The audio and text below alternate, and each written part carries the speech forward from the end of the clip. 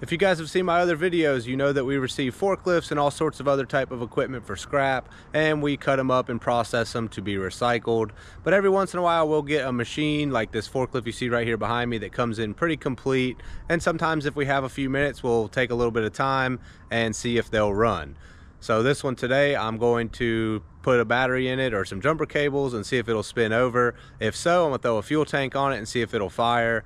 Realistically, I'm not going to spend a whole lot of time with it. If it's something simple keeping it from running, maybe I'll do a little bit of work to it, but if there's no hope, then we'll just move on and cut it up for scrap. But let's take a closer look at it. So like I said, this is a TCM 25 that was brought in the other day, and we kind of unloaded it in sort of an awkward spot here between our shear pile where we cut these tires off some big trucks or trailers, and then right next to our prepared bushling pile. But I told the guys to try to stick it out to the side so I could at least look at it and see if it was worth messing with. Unfortunately, you can see they unloaded it with the crane and messed up the roll cage. So even if this thing does run and work, it's not something we'll use until it gets the roll cage fixed or a new roll cage put on it. But like I said, I'm not going to spend a whole lot of time with it. I did peep briefly at it the other day, and you can see it's complete. It's pretty dirty from sitting, obviously. It's pretty dusty, but it even has a battery in it still, so I'm hoping that it'll spin over. If it does, I'll throw a fuel tank on it and see if it'll fire. I'm looking for the oil dipstick, but it's in kind of a tight spot here, so I'm gonna get it pulled out, and that way we can get around it and mess with it a little bit easier. I could go get one of the big machines and pull it out, or a bigger forklift or something, but I'm here by myself today and I don't really want to go across the yard, so I'm just gonna back my truck up right here and hook to it with a chain and just drag it out about 10 feet.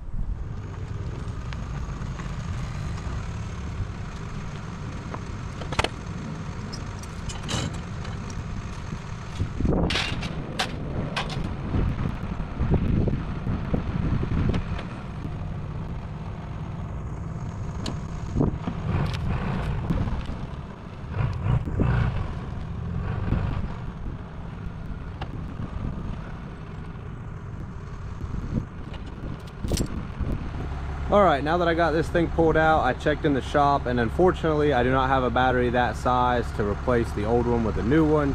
So I grabbed some heavy duty jumper cables and hooked them to my truck. Now I'm gonna just see if it'll spin over. Unfortunately, the battery that's in it is really bad corroded and the terminals were pretty loose.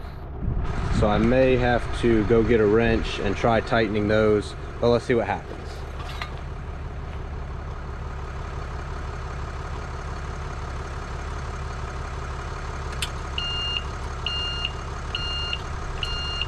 Nothing, but that's the backup beeper. All right, now we're in neutral.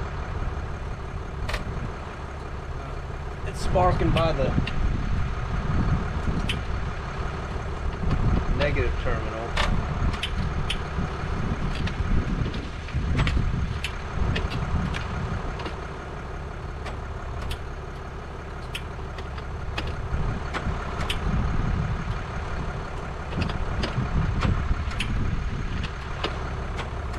Alright, I'm gonna have to get some wrenches and tighten the terminals, or just find another battery to put in here temporarily.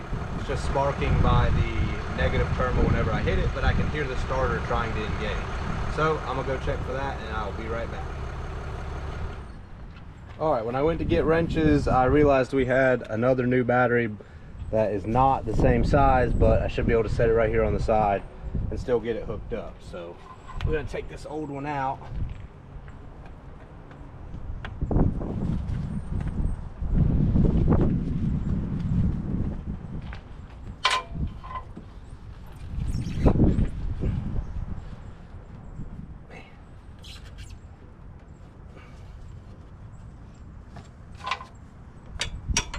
Should have got a hammer too. This thing's so corroded.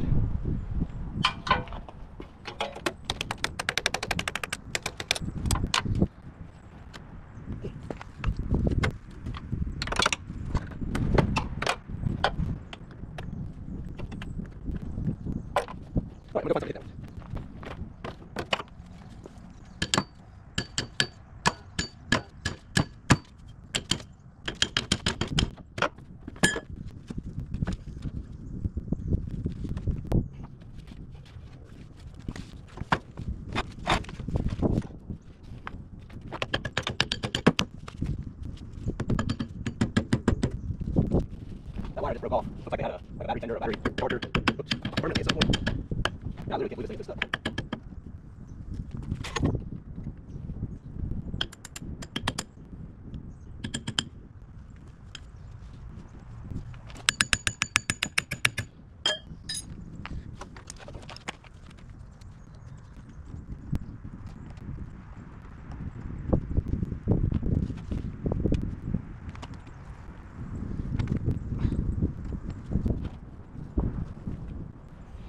We always have to remove the batteries from anything scrap, but well, we would just normally cut the cable and we wouldn't have to worry about getting it off like this.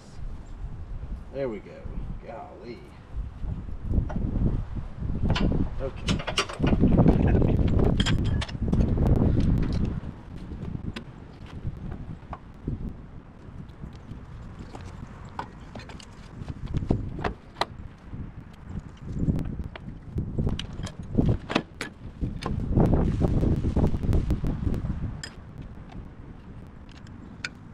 Unfortunately, this positive terminal is a bit smashed.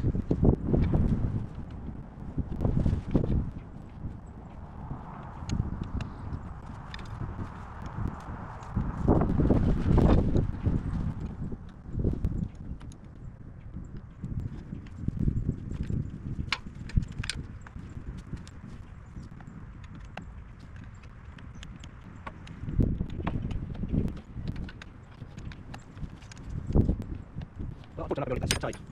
But that shouldn't have channel locks.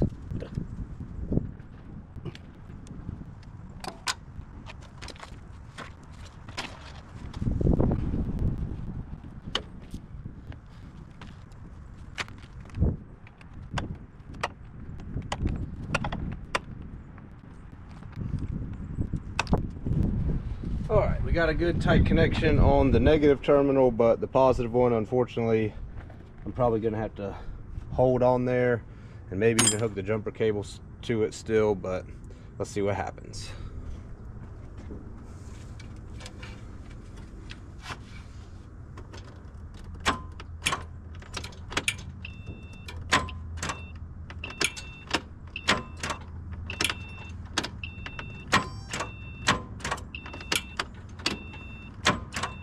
Well, now I'm starting to wonder if the motor's locked up, because the starter's definitely engaging. Here's the oil dipstick. I should have started there first. Nope, the oil's good. Don't know why that just kicked on.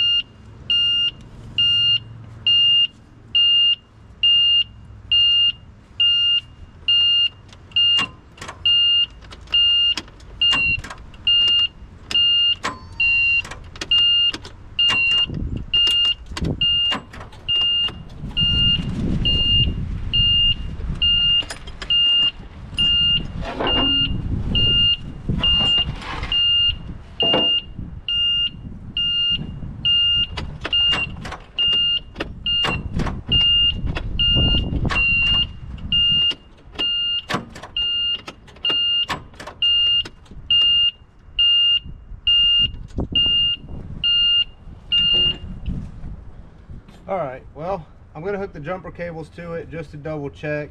I was looking in here to see if there was a view plate for the flywheel, somewhere I could get a pry bar and try to bar it over by hand, but I don't see one, and it's not going to be very easy to get down on the crank in the front. My guess would be something like that is probably what's wrong with this, just because if this thing was running and working, it's still in, or was in pretty dang good shape. Somebody probably wouldn't scrap it, but we have received stuff in this good a shape or even better shape that has been scrapped, but that would be my guess. But let's hook the jumper cables to it and at least try that, and then I'll feel better about it. Alright, I got the jumper cables hooked up to the new battery. If this doesn't work, unfortunately this is probably going to be it for this one. It's not worth me putting any more time or effort into to see if it works, and certainly we're not going to do any major repairs.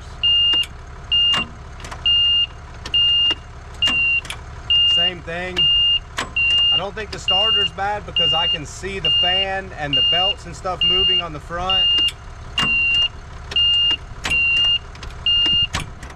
But it doesn't look like they're turning at all. It just looks like they're getting jarred and then staying still.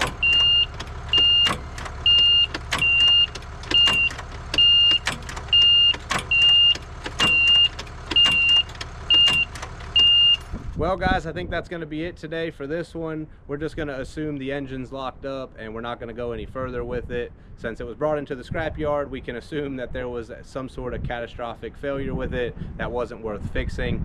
Of course, the little bit of testing we did does not actually prove that at all. It could be a bad starter or something hung up.